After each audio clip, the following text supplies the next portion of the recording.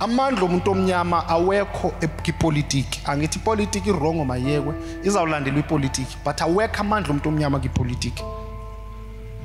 Amandla omuntu omnyama awekho kwi-technology kuzo zonke lezi zinto. Hayi ukuthi umuntu omnyama angeke angene ku-technology, siyangena sawufunda sizawuzenza. Awona mandla abantu abantsundu omuntu omnyama la ekhona egcile khona. Number one strength and power, it's spirituality. Amandla ethu thina sesimeni somoya. The reason why I say weak is because we traded, we exchanged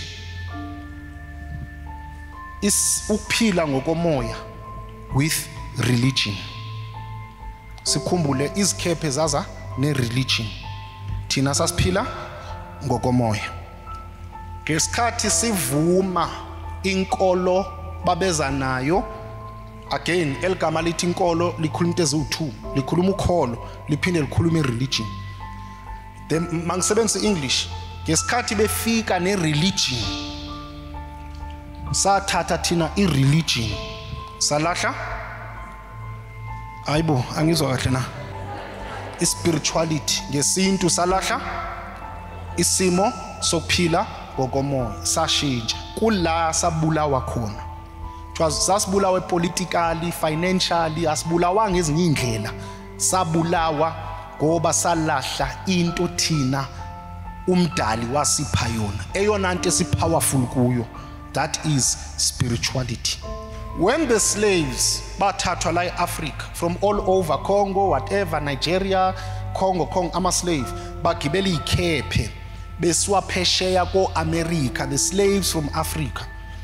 Kuthiwa imajority yabo, even in the ships, babeloko beqhubeka bepractice inkolelo zabo, because umuntu omnyama into kababa, into yokuqala eza emqondweni nasemoyeni umuntu omnyama elifini yakhe makunzima, spirituality. Ukholelwa ungena into zomoya. Umuntu omnyama mayithokozile ukholelwa ekubongeni, ukholelwa ekuhlabeleni, because kuye lento enhle enzekile ayenzeka ngamandla akhe nomqondo wakhe. Uyabelieve ukuthi there's a higher being. So the time bese ikhephena baba, not ikhephe zanamhlanje ezakudala ezithatha months and years to reach America, they were practicing. When abamhlophe befika phakathi ey'khepheni mhlawumbe phansi, mabekuthola upractice inkolo yase-Afrika ububulawa. Religion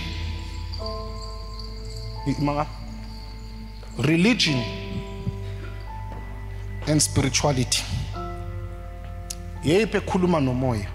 Spirituality. In religion ayikhulumi nomoya womuntu. Religion ikhuluma nomqondo womuntu. Bhalani phansi. Umuntu lo, umuntu, human being. I-religion le, this is spirituality. Religion ayikhulumi nomoya womuntu. Religion ikhuluma nomqondo womuntu. That is why sikwazi ukustudisha i-religion, because ize ngabantu, and mayiza ngabantu ize ngemiqondo yabantu. That is why, bhalani phansi, I call i-religion religious ideologies. What is religious ideologies? The ideas zabantu about izinto zomoya. Angaba ninamna? You understand? Ideologies means i-religion indlela abantu abacabanga ngayo ngezimo o ngezinto zomoya. That is umdali, angels, spiritual issues. Mawushona uyakuphi, usuka kuphi, spiritual matters.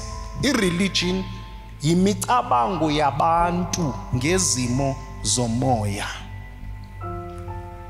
That is why kugcwele conflict nokuphikiswana in religions, because singabantu sinemicabango angizwa kahle na.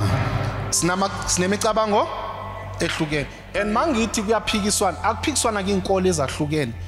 Kwake inkolo eyi-1 kuyaphikiswana. Why siphikisana? Because i-religion yimicabango yabantu ngezinto zomoya. That is why i-religion funeka uyifundiswe. Spirituality ayomicabango yabantu ngento zomoya. Spirituality, it's revelation, yinto ekumele uyembulelwe, akusinto icabangayo. Spirituality kitsenulo. Spirituality sisichilelo. Spirituality is a revelation. Spirituality is what oyembulelwe.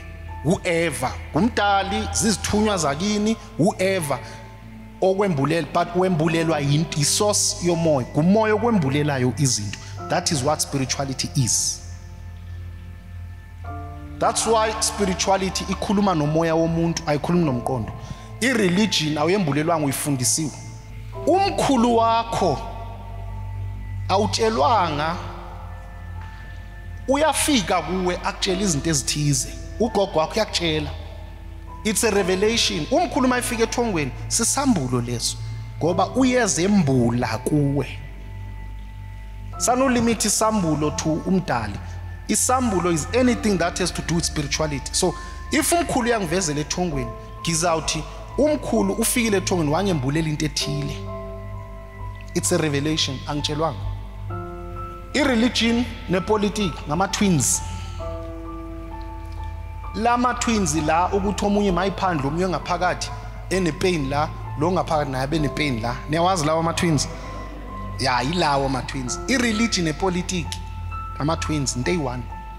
Because ipolitiki zi-ideologies zabantu about into zomhlaba. So lona ubelieve ukuthi le system ayikho right for thina Africans. Lo munye ubelieve ukuthi no, le system is right for thina. Lo munye ubelieve ukuthi land mayibuyi.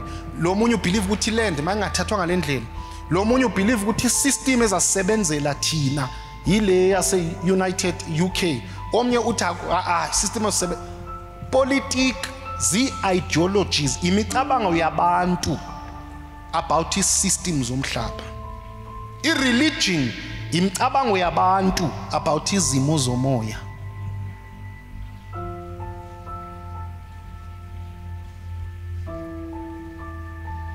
Umuntu o-spiritual uphezu komuntu o-religious, because lona akacabangi uyembulelo, lona uyacabanga.